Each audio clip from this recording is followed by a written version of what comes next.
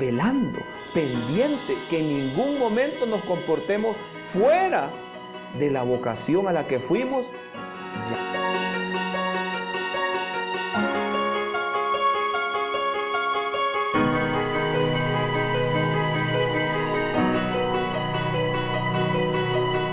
en el cielo, en las comodidades del cielo, hermoso el cielo, venir a la tierra a sufrir, sabiendo a lo que venía, dejar el cielo, las comodidades del cielo y venir a la tierra. ¿Se acuerda que yo le dije por qué lo hizo? Por amor.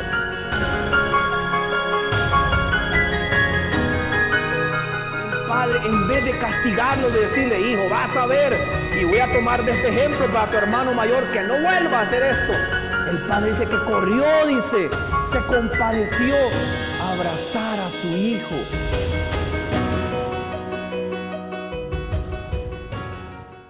¿Se sienten gozosos de estar en la casa del Señor? Con alegría. No hay mejor lugar para estar en este día, mis hermanos. No hay mejor lugar. No puede estar usted en su casa, en su trabajo, en la playa, en un restaurante. Debemos estar en la casa del Señor a esta hora, mis hermanos. Quiero, mis hermanos, antes de empezar, leerle un texto corto de uno de los libros que más me fascina a mí. ¿Sabía usted eso? Hay unos que a uno le agradan, libros que a uno le impactan realmente. Si usted habrá leído El Camino a Cristo, sabrá de lo que hablo. Hay libros que uno se identifica, pero este específicamente a mí me atrae muchísimo, se llama Patriarcas y Profetas. Y hay un párrafo, mis hermanos, que me ayuda a entender una de las preguntas más grandes del ser humano. ¿Sabe cuál es? Yo misma me la he hecho, porque muchas veces uno predica, pero bien dice el dicho, predicador. Entonces uno trata de interiorizar esto primero para uno mismo. Hay una pregunta que yo mismo me la he hecho. ¿Sabe cuál es? ¿Sabe cuál es? ¿Por qué Dios dejó el cielo para venir aquí a esta tierra a morir por la humanidad? Y usted dirá, no, pues esa pregunta la he oído antes. Le voy a poner un caso. Y yo lo he dicho en algunas iglesias. Antes de empezar el tema lo voy a mencionar. Imagínense el caso que yo le voy a decir al hermano. Allá nuestro hermano que está atrás, de camisa blanca, no sé el nombre. Imagínense al hermano. Le voy a decir al hermano, vaya hermano, hoy nos vamos. Nos vamos, despide a su familia y hoy nos vamos a ir. Y el hermano me va a decir, ¿y a dónde me lleva? Nos vamos, hermano. Despídase de su familia porque ya no lo va a ver. Ya rapidito des la mano, abrácelo, las últimas palabras porque nos vamos. ¿Y para dónde? Hermano, nos vamos a ir lejos. ¿Y a qué voy a ir? Fíjese, hermano, que allá lo van a golpear. Yo lo llevo a que lo golpeen. Yo lo llevo a que sufra. Le va a doler muchísimo, hermano. Va a dejar su casa, su familia, y al final, mi hermano, lo van a matar. Usted iría, hermano. ¿Quién iría? ¿Quién se sube al carro y nos vámonos? Hermano, deje a su familia, despídase de todos sus seres queridos hoy, porque nos vamos. Allá donde yo lo voy a llevar, lo van a golpear, lo van a tratar mal, va a sufrir, no va a volver otra vez aquí, al final lo van a matar. ¿Quién iría? ¿Quién dejaría su casa, las comodidades de su hogar para ir a un lugar sabiendo al sufrimiento que va? Entonces la pregunta que yo siempre me he hecho, ¿por qué Dios dejaría las comodidades del cielo en su calidad de Rey, Amo y Señor del universo para venir a esta tierra a morir por la humanidad? El texto me habla de esto y dice así, mire, no lo voy a leer todo, no voy a creer que lo voy a leer todo. Un pedacito dice así. Desde el principio, dice, página 55, desde el principio el gran conflicto giró en derredor de la ley de Dios. Este fue el meollo de todo. Satanás, dice, había procurado probar que Dios era injusto, que su ley era defectuosa y que el bien del universo requería que fuese cambiada. Esta fue la acusación del enemigo en el cielo. Cuando Satanás fue expulsado, dice, del cielo, decidió hacer de la tierra su reino. Él vino a la tierra a reinar. Cuando sedujo y venció a Adán y a Eva, pensó que había conquistado la posesión de este mundo, porque me han escogido como su soberano, pensaba él. alegaba que era imposible que se otorgase perdón al pecador. En otras palabras, lo vamos a decir salvadoreñamente, él dijo, ya la hice, hoy sí. No hay manera de que el ser humano vuelva otra vez a su situación anterior. Este es mi reino ahora, ya la hice. Dice, sigue diciendo, alegaba que era imposible que se otorgase perdón al pecador, que por lo tanto los miembros del género humano caído eran legítimamente sus súbditos. Y sigue diciendo, página 55, Patriarcas y Profetas, el universo entero se maravilló, dice, al ver que Cristo había de humillarse a sí mismo para salvar al hombre caído. La pregunta que yo me hago, ¿por qué? El universo entero se maravilló, dice, cómo Dios Todopoderoso se humilló a sí mismo para salvar al hombre caído.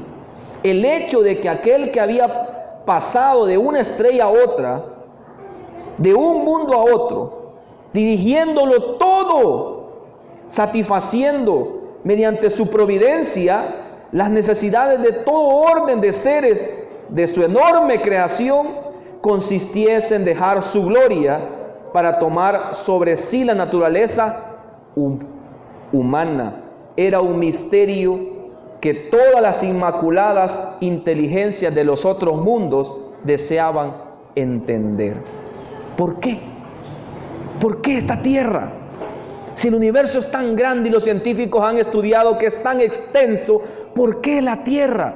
Escogerla aquí donde el ser humano se había apartado de su voluntad, había hecho a un lado la voluntad de la ley de él mismo cuando le dijo del árbol no comeréis. ¿Por qué venir a esta tierra a salvar o a rescatar al ser humano?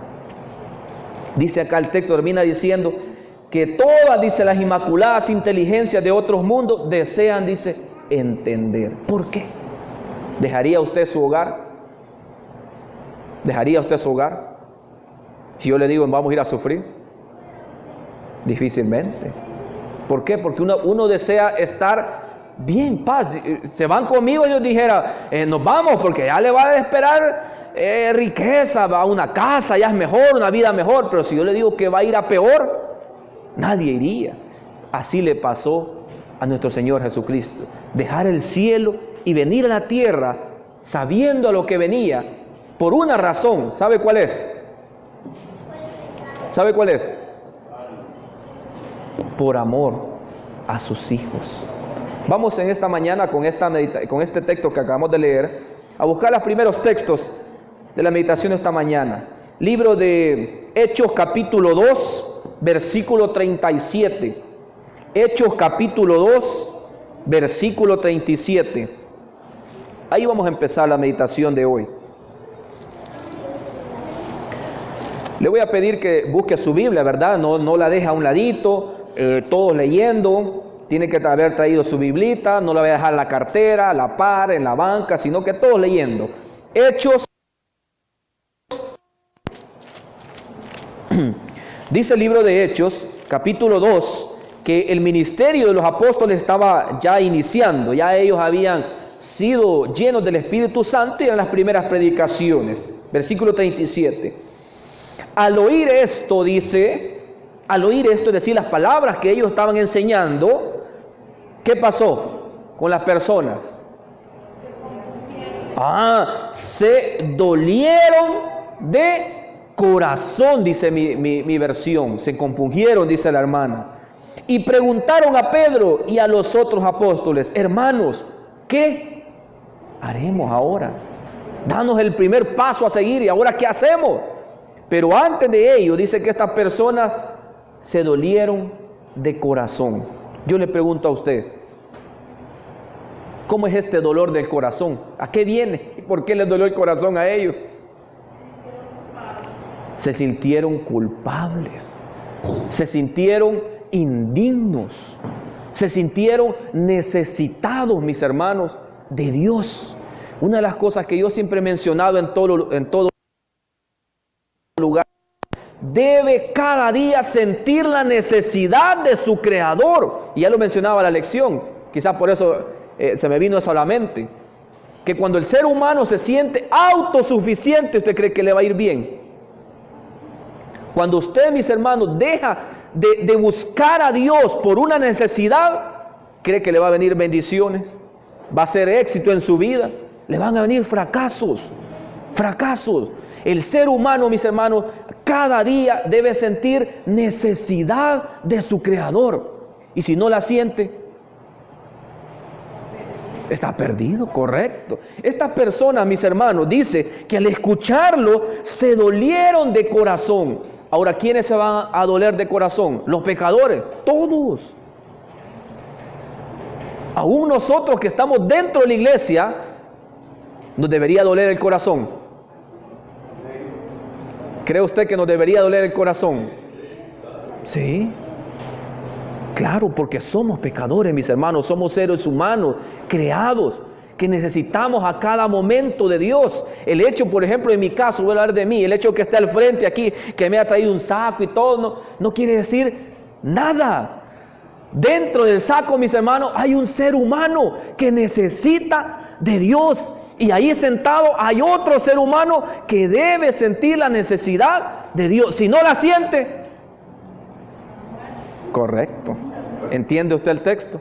Dice acá el versículo que al oír las palabras, ellos, mis hermanos, dieron el primer paso. No es preguntar qué haremos, no, ese era el segundo paso. El primer paso era sentir la necesidad de Dios.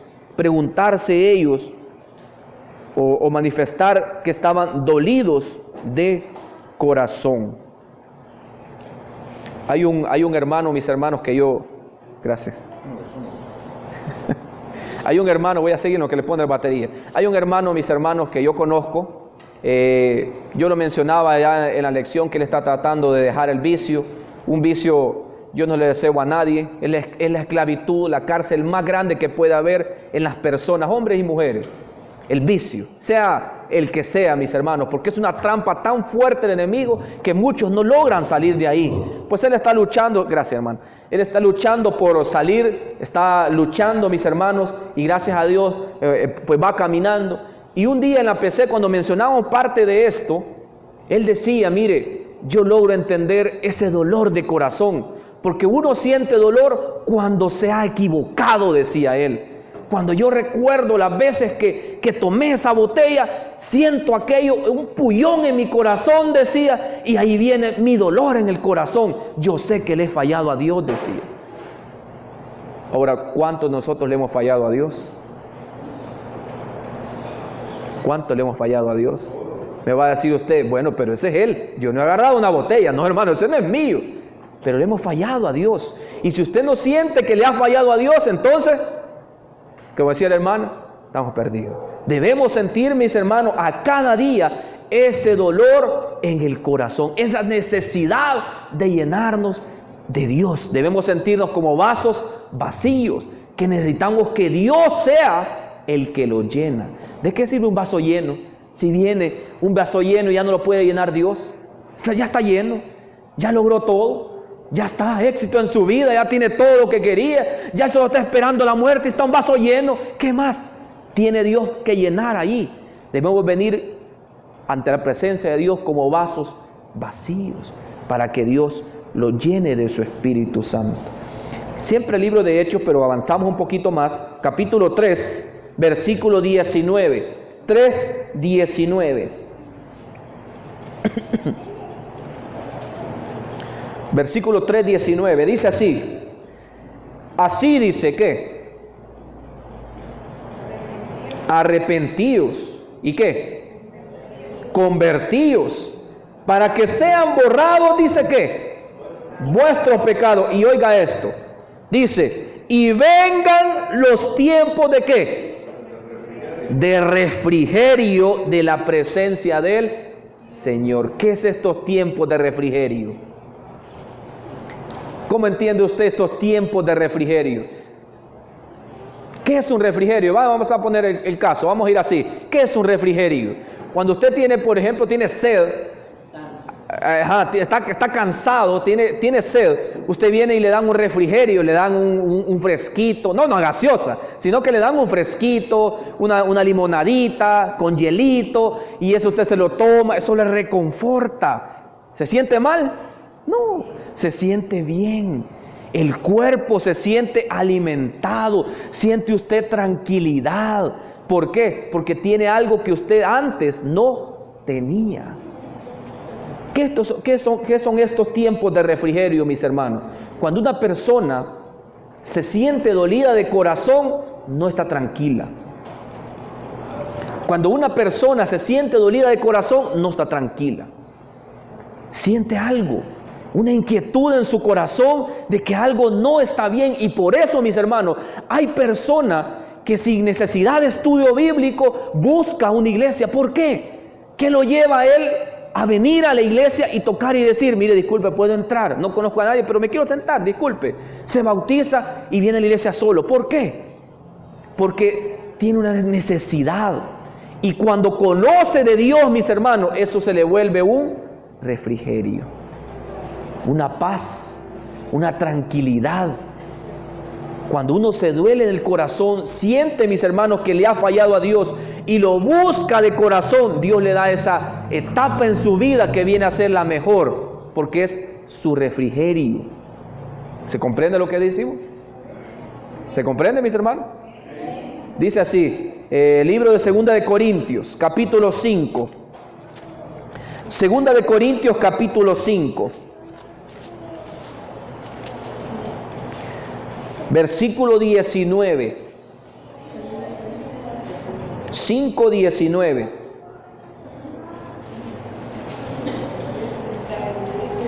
Vea lo que dice este texto, maravilloso, porque tiene una parte ahí que a veces le hemos leído quizás, pero tal vez no nos hemos puesto detenidamente a ver qué dice.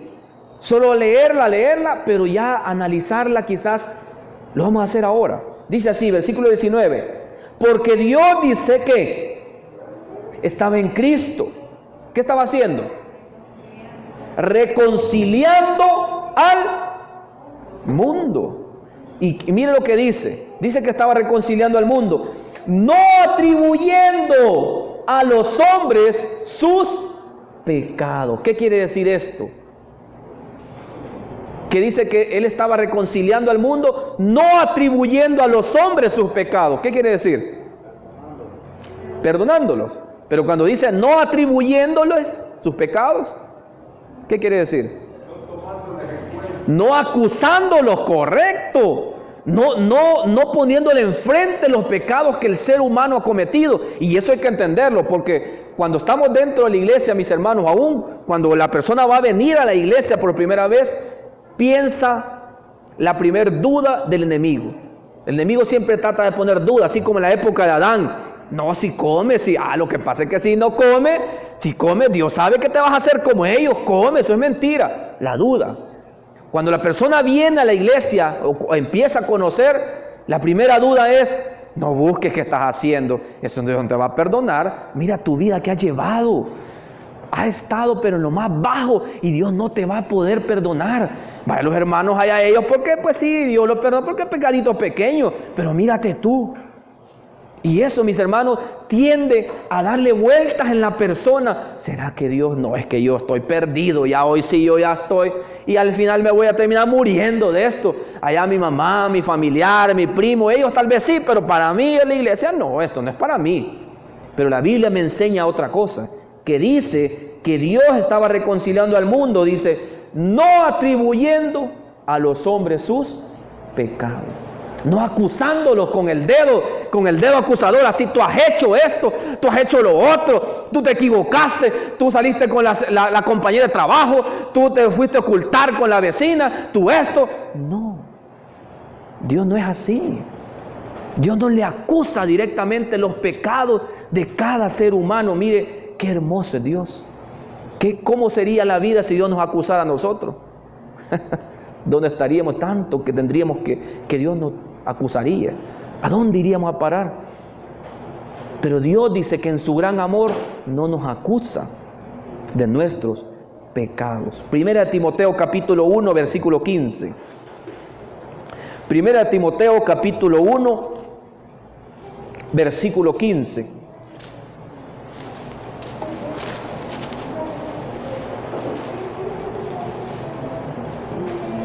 Dice así, vea lo que dice, versículo 1 y 15, dice así: palabra fiel, ¿y qué? ¿Qué dice por este lado? Casi no los oigo acá. Palabra fiel y digna, dice, correcto, de ser recibida por todos. En otras palabras, pongamos atención que esto es verdad. Esto está diciendo acá, palabra fiel y digna. Que Cristo Jesús vino al mundo para salvar a quienes, aquellos de allá afuera, aquellos de allá afuera, a las personas que viven fuera de la iglesia, que no conocen de Dios. ¿A quiénes? A todos, mis hermanos, los seres humanos que hemos pecado en alguna ocasión, de los cuales dice, ¿por qué decía yo hemos pecado? Vea el texto, el apóstol, oiga esto, el apóstol, de los cuales dice, yo soy el primero. Si yo no me siento pecador, mis hermanos, ¿qué va a venir a hacer Cristo por mí? ¿Qué podría hacer si yo cierro esa puerta? Aún estando, mis hermanos, en una banca ahí, habiéndome bautizado a los 5, 2, 3, quizás nacido dentro de la iglesia, debo sentir esa necesidad de Dios, porque dice que Él vino a morir, dice, al mundo a salvar a los pecadores, de los cuales, dice el apóstol, yo soy el primero. Esa es la necesidad que debo sentir de Dios. Mire, a veces uno puede confundir la apariencia de las personas, porque uno puede ver el corazón. Uno no puede ver el corazón. Y si viéramos el corazón, quizás acusaríamos más, porque la maldad del ser humano siempre es acusar. Quizás por eso Dios no nos dio esa visión. Solo Él puede ver el corazón de las personas, pero una vez quizás puede confundir. ¿Por qué? Porque a veces la persona que uno observa y tiene de líder espiritual durante muchos años, con el paso del tiempo cae dentro de la iglesia. ¿Por qué cae? ¿Por qué? Y uno dice, bueno, es que el hermano, ¿qué le pasó? Si es que si se veía tan diferente, si es que el hermano, es que yo cómo no me puedo imaginar que él hiciera esto o que ella pasara por esta situación. ¿Por qué? Porque las apariencias, mis hermanos, gracias hermano, porque las apariencias, mis hermanos, son diferentes. No podemos nosotros, mis hermanos, no podemos ver el corazón de cada ser humano. Yo lo he dicho anteriormente en otro lugar. Cuando uno predica, por ejemplo, uno lo ve a la persona al frente y se imagina cosas buenas y malas, de todo. Pero Dios, mis hermanos, es quien conoce el corazón de la persona que está al frente y que está sentado ahí. Porque uno puede una corbata, zapato lustradito, pero el corazón, mis hermanos, son dos cosas separadas que solo Dios las conoce. Y si hay pecado, oiga esto, y si hay pecado dentro de la persona y dice, hoy si yo ya, yo no puedo decir, aquí me van a fraternizar, aquí voy a hacer esto o lo otro. Si hay pecado, dice el texto, que Cristo, dice, vino al mundo para salvar a aquellos que han cometido pecado, estando fuera de la iglesia, como aquellos que están dentro de la iglesia. Qué grande es el amor de Dios. Aún si nos equivocáramos, mis hermanos, Cristo vino a este mundo a salvar a esas personas que nos hemos equivocado. ¿Cuántos nos hemos equivocado? Todos. Debemos sentir esa necesidad, ese dolor en el corazón por los errores que hemos cometido, mis hermanos. Libro de Lucas, para ir avanzando. Libro de Lucas, capítulo 7.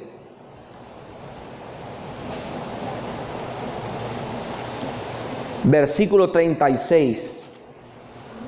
Aquí vamos a ir aterrizando un poco en la meditación y va a comprender usted de lo que estamos hablando, lo va a entender mejor. Lucas 7, versículo 36. Dice así, mire, un fariseo dice, vea lo que dice, un fariseo rogó a Jesús que comiese con él. Así dice, él fue a casa del fariseo y se sentó a su mesa. 37. Entonces una mujer de la ciudad que había sido, ¿qué? Oiga esto, una mujer de la ciudad, al saber que Jesús estaba a la mesa en casa de aquel fariseo, trajo un frasco de alabastro con perfume, se puso detrás de él a sus pies y empezó ¿a qué? ¿A qué empezó? A llorar. ¿Por qué lloraba esta mujer? La pregunta de hoy. ¿Por qué lloraba esta mujer? Por el perfume que dice Elena de White que era caro, dice uno de los perfumes carísimos que en aquel entonces las especias, los perfumes, ellos comerciaban mucho con esto. ¿Por qué lloraba? Ay, mi perfume se me quebró, ay, lo desperdicié. ¿Por qué lloraba esta mujer? Por sus pecados, porque sentía, mis hermanos, que había fallado al Creador. Sentía, mis hermanos, un dolor en su corazón. Si esta mujer no sintiera ello, ¿usted cree que se acercaría al maestro? Si no sintiera esa necesidad de Dios, ¿hubiera buscado al maestro? No. Lo busca, mis hermanos, porque había una necesidad dentro de su corazón. Cada día, mis hermanos, debemos sentirnos indignos. Y oiga lo que le voy a decir. Ya mencioné yo estas palabras en otra predicación y alguien me vio con una mirada así. Oiga lo que le voy a decir, cada día, cada mañana debemos sentir nosotros indignos, porque ante la presencia de Dios no tenemos absolutamente nada que pueda valer por nuestra propia cuenta. Si nos vemos de esta manera, mis hermanos, vamos a ver la necesidad que tenemos de Dios y lo vamos a buscar, y lo vamos a buscar. Dice el texto, 30 y ¿qué iba? 37. 38 dice, se puso detrás de él a sus pies y empezó a llorar. 39, al ver esto el fariseo que lo había convidado dijo para sí, si este fuera profeta conocerá qué clase de mujer es esta. ¿Qué clase? ¿Por qué se le acerca? 40, Jesús le dijo, Simón, tengo algo que decirte. Y él le dijo, di maestro. Y oiga esto, un acreedor tenía dos deudores, uno le debía 500 denarios y otro 50. Es decir, a dos personas les debía, a uno le debía más y a otro menos. 42. Y como no podían pagarle, perdonó a los dos. Y hace la pregunta que a mí me conmueve, mis hermanos. Una pregunta que a mí me conmueve muchísimo. Aquí donde me ve, mis hermanos, yo cuando leo esto, pienso cada día en el amor de Dios. ¿Sabe por qué? Dice el texto, ¿a cuál de ellos le amará más? Dice 43, Simón respondió, pienso que aquel a quien le perdonó más ha juzgado bien. ¿A quién le amaba más? Al que le había perdonado más. Ahora, el texto habla de una deuda económica, pero mis hermanos, se refiere o nos enseña a nuestros pecados. Porque cuando nosotros venimos ante Dios y nos preguntamos y decimos, yo no creo que Dios me perdone, yo he hecho esto, yo lo otro. Vaya, el hermano un día contó un testimonio que dijo, había $5 allí la mamá y los agarró y por error se los embolsó y le pidió disculpas. Pero yo he cometido un pecado tan grande que tengo vergüenza de comentarlo, porque mi familia se va a destruir si yo lo hablo. Y la gente, mis hermanos, las personas se alejan de Dios creyendo que Dios no los va a perdonar. Y el texto me enseña que cuando entre más grande es mi pecado, mayor es el perdón de Dios. No digo aleluya porque va a aparecer otro tipo de denominación, pero me conmueve, mis hermanos, este texto. Porque la persona dice, bueno, a tal hermana, porque tal vez un pecadito, no sé, ella se fue a trabajar 2 días en sábado, Dios la va a perdonar, pero yo he hecho esto, he hecho lo otro. Y cuando uno se pone a meditar, yo he fallado, le fallé a mi esposa, le fallé a mis hijos, destruí mi hogar, cómo yo me voy a bautizar de regreso, de nuevo, y las personas me conocen, he hecho un pecado que yo tengo hasta vergüenza comentárselo a Dios, y se siente alejado de la voluntad de Dios porque su pecado es grande. Y el enemigo le dice, ya no vuelvas, ¿qué estás haciendo? Estás loco, esto no es para ti, ya no hay remedio, ya no hay oportunidad, quédate fuera, ya te fuiste. Ahí viene la duda del enemigo. Pero el texto me enseña, mis hermanos, algo diferente. Entre más grande es el pecado del ser humano, más grande es el perdón de nuestro Creador. Qué bonito, mis hermanos. Qué bonito. Yo cuando leo esto hasta me eriza un poco la piel. ¿Por qué? ¿Qué tenemos nosotros de ser humano? ¿Qué tenemos? No me voy a decir algo que pasa como Chelito, ojos zarcos, una gran estatura. ¿Qué tenemos de ser humano para que Dios nos perdone con ese amor incalculable? ¿Qué hay en nosotros? ¿Qué hay? ¿Qué tenemos? Nada. Ante la presencia de Dios, mis hermanos, somos criaturas creadas. No somos creadores nosotros que vamos a venir, aquí vengo yo, la persona, y me siento orgullo de mí mismo. ¿Qué orgullo ni qué nada? Si somos seres humanos creados y debemos sentir necesidad de nuestro Creador. Para ir avanzando, mis hermanos, libro de Lucas, capítulo 15, aquí mismo en Lucas, capítulo 15, versículo 11. Uno a veces, mis hermanos, cuando estudia la Biblia, solo la pasa rápido. Como año bíblico uno solo pasa rápido porque en la semana ya viene el otro texto y en la radio ya va a llegar otro texto y sigamos y terminemos. Pero a veces, mis hermanos, hay que ver los textos detenidamente. Hay que sentarse y que Dios le ilumine a uno en las cosas pequeñas que hay en los textos. Vea lo que dice esta parábola. Capítulo 15, versículo 11. 11. Dice así.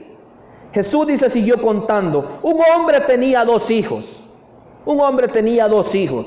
El menor le dijo a su padre, Padre, ya estoy grandecito, dame parte de todos los bienes que me corresponde. Y el padre pues hizo caso, dividió sus bienes entre los dos hijos. No muchos días, es decir, no había pasado mucho tiempo, el hijo con las bolsas llenas de lo que le había dado el padre, el hijo menor juntó todo, dice. El menor juntó todo y se fue a un país lejano. ¿Quién lo mandó allá? ¿Quién lo mandó? Nadie. Fue por su propia voluntad. ¿El padre quería que él se fuera? No. Por su propia voluntad. Ahora, ¿el padre lo detuvo? No. ¿El padre sabía que afuera de él le iba a ir mal? Sí. Pero no lo detuvo. Y dice así. 14. Cuando hubo malgastado todo, dice que vivió una vida perdidamente, etc. Cuando hubo malgastado todo, vino una gran hambre en aquella provincia y empezó a faltarle. 15. Y fue y se ajustó con un ciudadano de esa tierra que lo envió a cuidar cerdos. ¿Él hubiera cuidado cerdos estando con el padre? No. ¿Tenía culpa él por estar en esa situación? ¿De quién fue la decisión? De él. ¿Quería el padre verlo ahí? No, pero no lo detuvo. Respetó la decisión del hijo, el libre albedrío, si te quieres ir, pero ya vas a ir mal. Y el hijo se fue. Versículo 15. Y fue y se ajustó, 16, perdón. Y deseaba, dice, llenar su estómago de las algarrobas. Vea hasta dónde cayó el hijo. ¡Qué mal! No solo le fue mal, se gastó el dinero, una vida perdida, sino que dice que deseaba llenar su estómago de la comida de los cerdos. ¡Qué mal!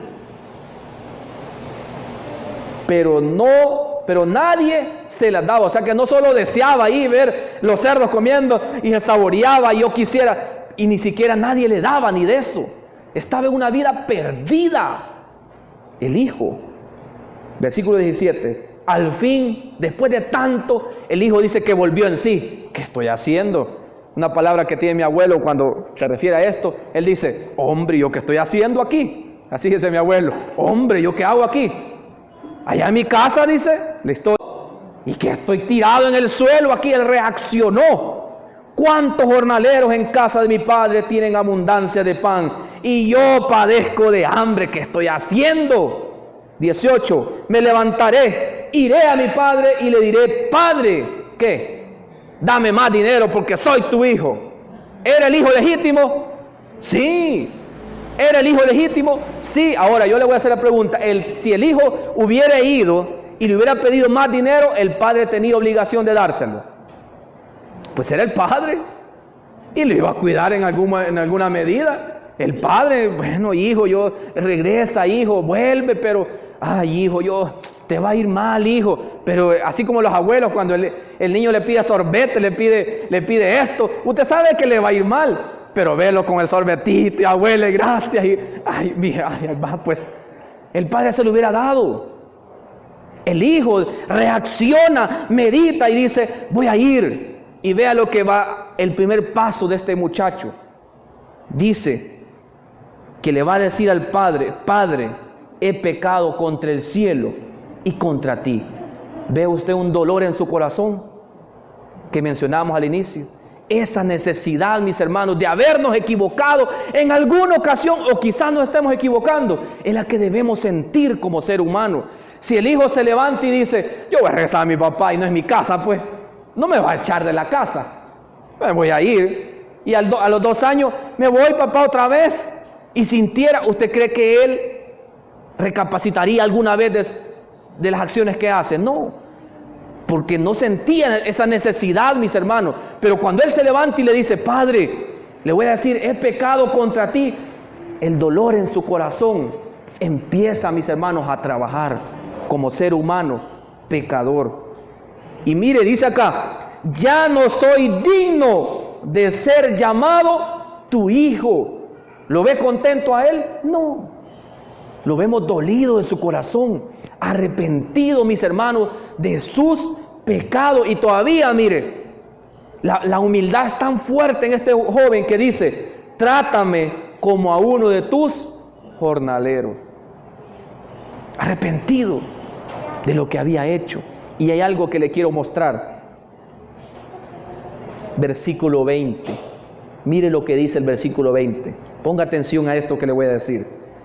El padre dice que salió y cuando lo vio, ya viste, hoy vas a pagar y el cincho, vení para acá y nomás te voy a corregir. Hoy no te me volvés a escapar, muchacho. El padre, ¿qué dice que hizo?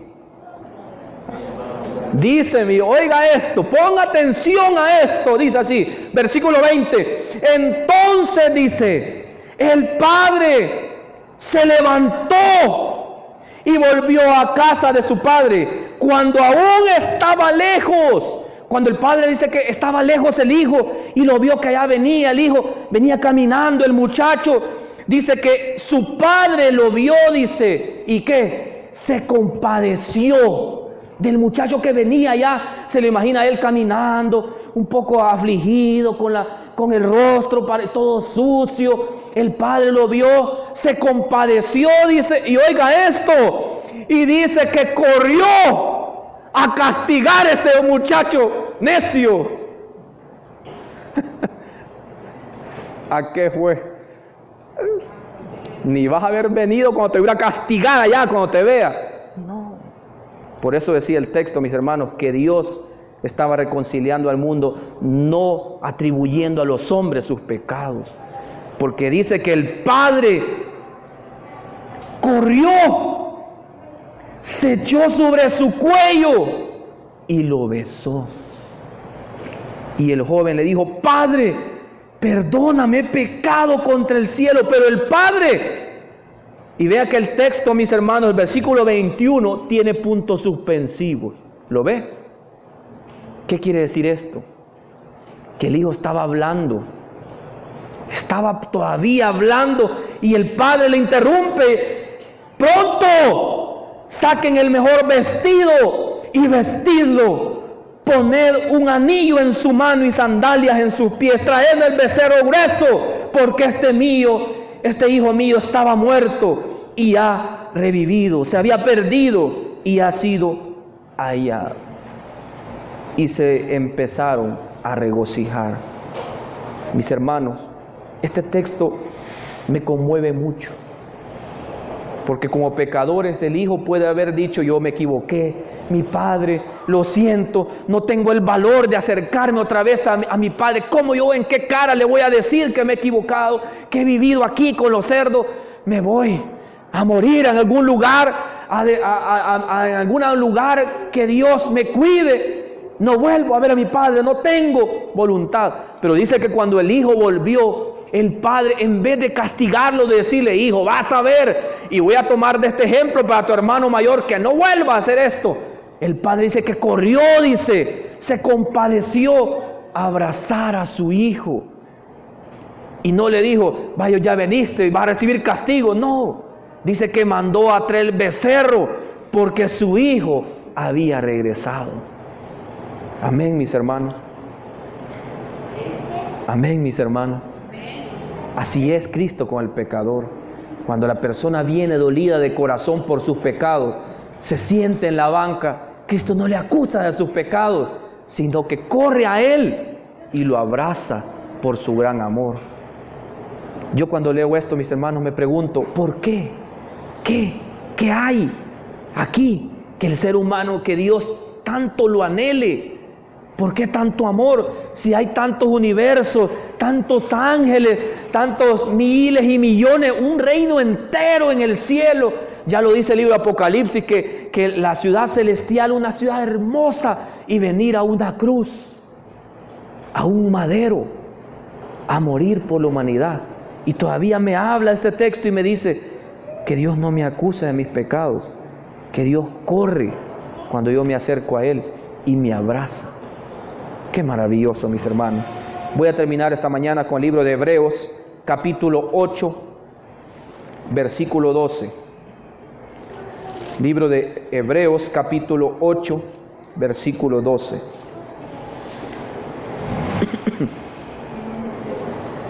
Ocho, 12. Dice así: porque perdonaré ¿qué? Perdonaré sus maldades. Y oiga esto: y no me acordaré más de sus pecados. Cuando Dios nos perdona, mis hermanos, no es un perdón como cuando la persona, el esposo le falla a la esposa, ¿verdad? El esposo le falla en su hogar, en su vida matrimonial, se separa, ya no pueden vivir juntos, aunque debería tratarse, pero ya no pueden vivir juntos y se separan. Y el hombre trata de regresar, el esposo, y la señora: no, y hoy no vas a entrar a esta casa porque aquello que me hiciste, y yo me acuerdo. Bueno, está bien, pues por los hijos te voy a dejar entrar, pues. Y allá está el hombre comiendo con ellos, y mira, esposita, arreglame por favor, anda, tráelo vos, allá a decirle a aquella que vos te equivocaste. Ese no es el perdón de Dios, mis hermanos.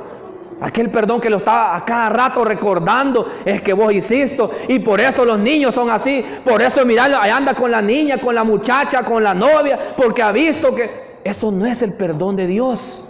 Ese es el perdón del ser humano, imperfecto. Pero el perdón de Dios, mis hermanos, dice: perdonaré sus maldades y no me acordaré jamás de sus pecados. No sé usted, mis hermanos, pero yo por eso estoy acá. Por eso estoy dentro de la iglesia, mis hermanos, porque los pecados que nosotros hemos cometido, Dios los perdona, y tenemos la promesa grande que algún día, mis hermanos, volveremos al cielo donde debimos estar si el pecado no hubiera entrado a esta tierra. Que Dios, mis hermanos, nos bendiga en esta mañana.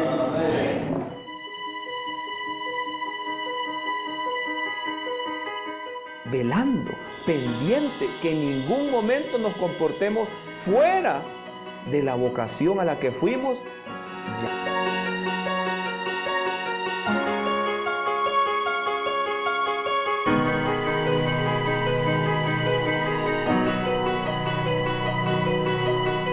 En el cielo, en las comodidades del cielo, hermoso el cielo, venir a la tierra a sufrir, sabiendo a lo que venía, dejar el cielo, las comodidades del cielo y venir a la tierra. ¿Se acuerda que yo le dije por qué lo hizo? Por amor.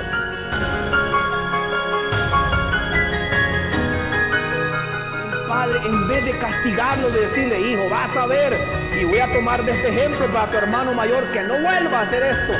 El Padre dice que corrió, dice, se compadeció a abrazar a su hijo.